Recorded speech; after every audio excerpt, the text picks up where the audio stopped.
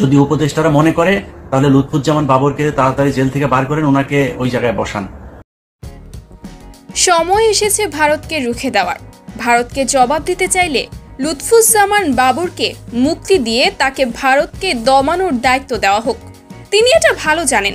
যদি উপদেষ্টারা সঠিক মনে করেন তাহলে এটা করা হোক। এবার ভারতকে কঠিন জবাব দিলেন সাংবাদিক ইলিয়াস হোসাইন। প্রায় প্রতি বছর ভারতের বাঁধ খুলে দেওয়ার ফলে বন্যায় প্লাবিত হয় বাংলাদেশ।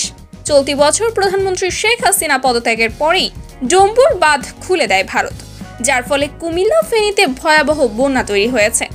এছাড়াও বাংলাদেশ থেকে বিভিন্ন সুযোগ সুবিধা নেওয়ার পরেও বাংলাদেশের ক্ষতি করে যাচ্ছে ভারত। এবার ভারতকে প্রতিহত করার রাস্তা দেখালেন সাংবাদিক ইলিয়াস হোসাইন। এক ভিডিওতে তিনি বলেন, ভারতের অত্যাচার আর সহ্য করা যাচ্ছে না। বাংলাদেশ বীরের জাতি, ভারতকে তারা প্রতিহত করতে প্রস্তুত। ভারতকে প্রতিহত করতে হলে লুৎফুজ্জামান বাবরকে মুক্ত করে তাকে ভারতকে আটকানোর দায়িত্ব দেওয়া হোক। সে এগুলো ভালো বুঝেন। উপদেষ্টারা যদি ভালো মনে করেন তাহলে এই পথে হাঁটতে পারে। বাংলাদেশের মানুষ এখন যুদ্ধ করতেও প্রস্তুত। বাংলাদেশ যদি ভারতের সাথে যুদ্ধ লাগে তাহলে অন্তত পাকিস্তান আমাদের পাশে থাকবে, এভাবেই বলছিলেন ইলিয়াস হোসাইন।